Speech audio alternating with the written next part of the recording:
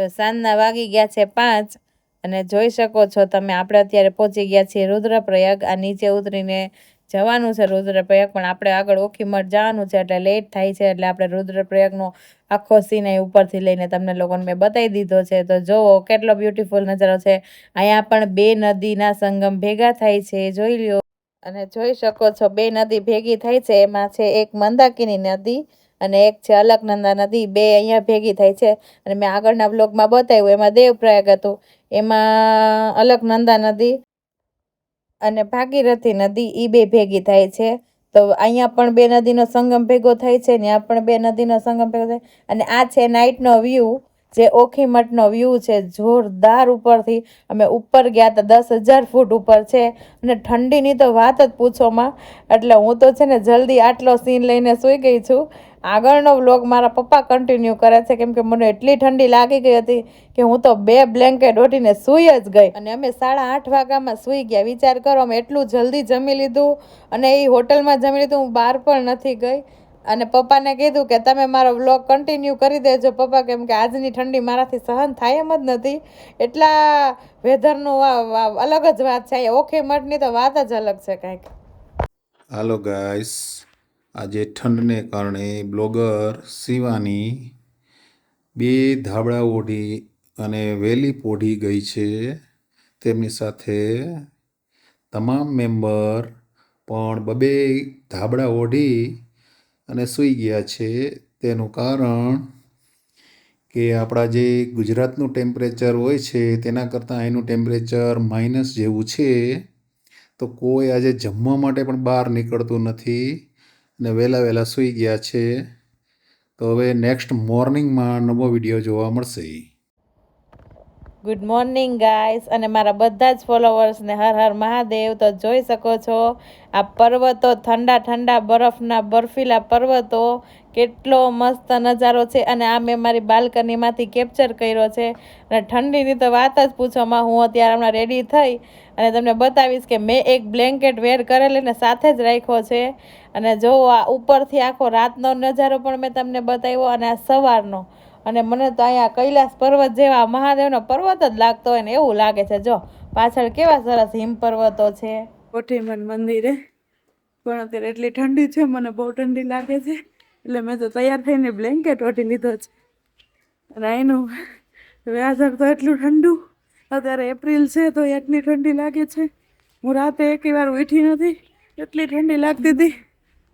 અને આ હિમાલય છે, જોવો જલ્દી આખો જો તમને ઝૂમ કરીને બતાવું, બરફના પહાડ. અને અત્યારે ખૂબ જ ઠંડી છે, એમ બહુ ઠંડી લાગે.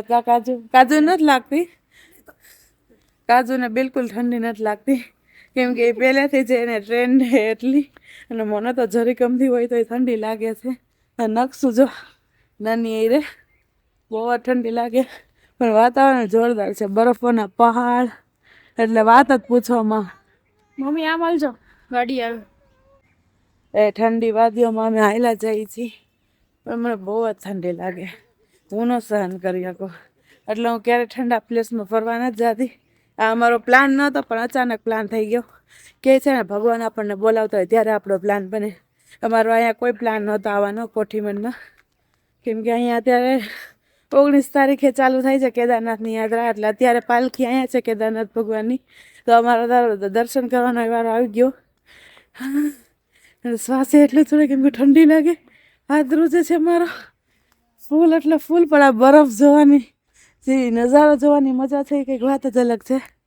જો 6 મહિના કેદારનાથ ત્યાં હોય છે, કેદારનાથમાં મહાદેવની પાલખી, અને 6 મહિના અહીંયા હોય છે. તો અમારો એટલો તમે એટલા ભાગશાળી કે અમે અહીંયા આવીને દર્શન કરી શક્યા.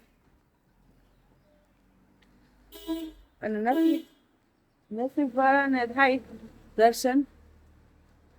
દેખાઈ રહ્યું છે મિની કેદારનાથ, અને આને ઓખીમઠ કહેવામાં આવે છે. અત્યારે મહાદેવની પાલખી 6 મહિના અહીંયા રાખવામાં નીચે આવે છે અને અહીંયા પૂજા કરવામાં આવે છે, અને 6 મહિના કેદારનાથમાં કરવામાં આવે છે.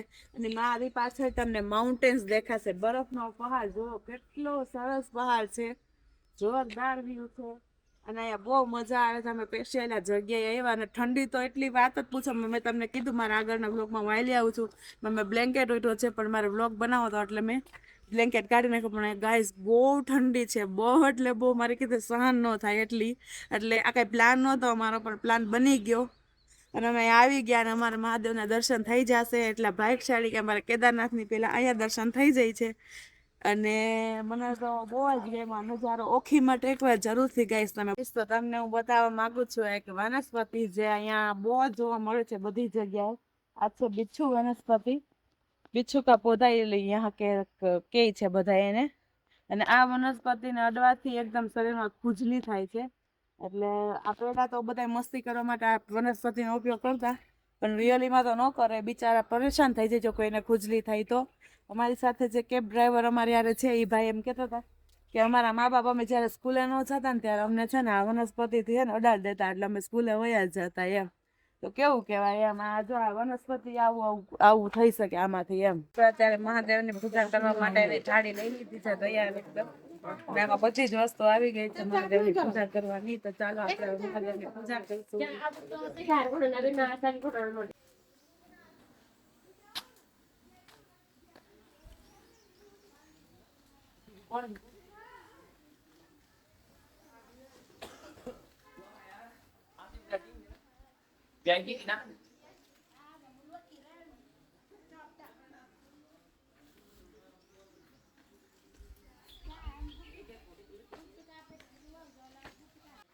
બેલપત્ર, ચૂંદડી, ગુલાબ ફૂલ, પ્રસાદી, ધૂપ, તેલ, આ ધતુરો કહેવાય. પછી આનું નામ નથી આવડતું, આને શું કહેવાય ખબર નથી. તમને કમેન્ટમાં કહેજો ખબર હોય તો.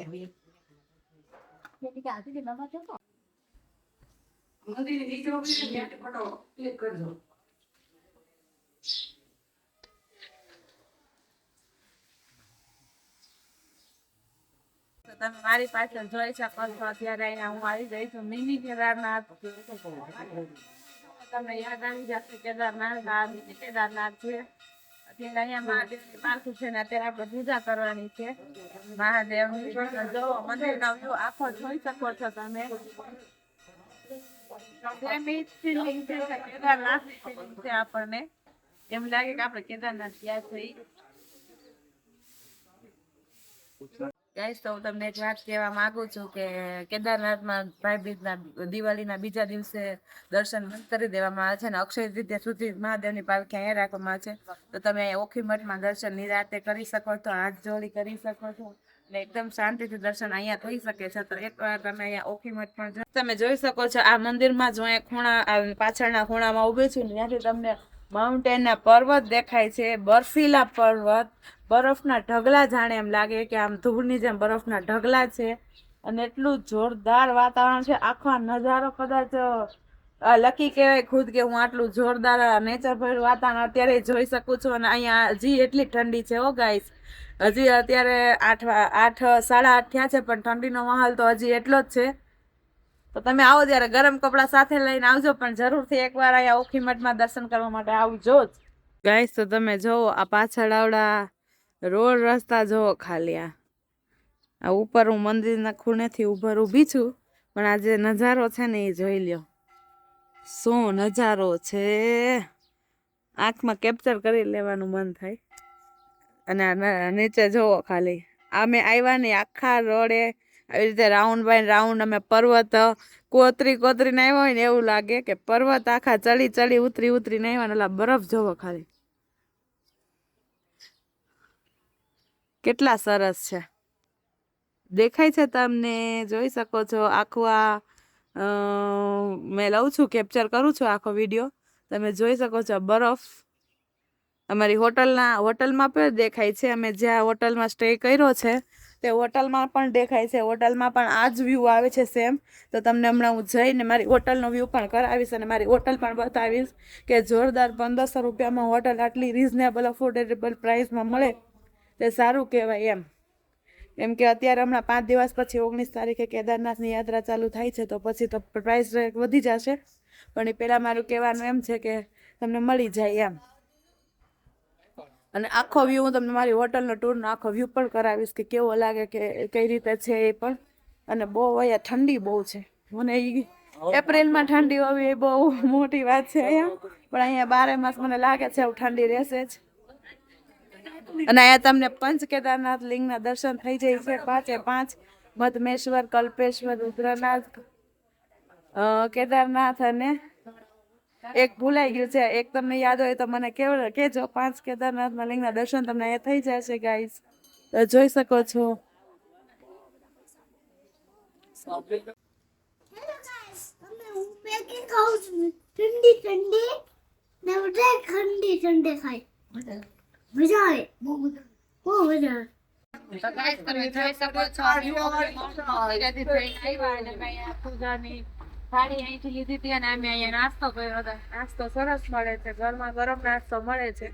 ત્યાં નાસ્તો કરવા આવજો.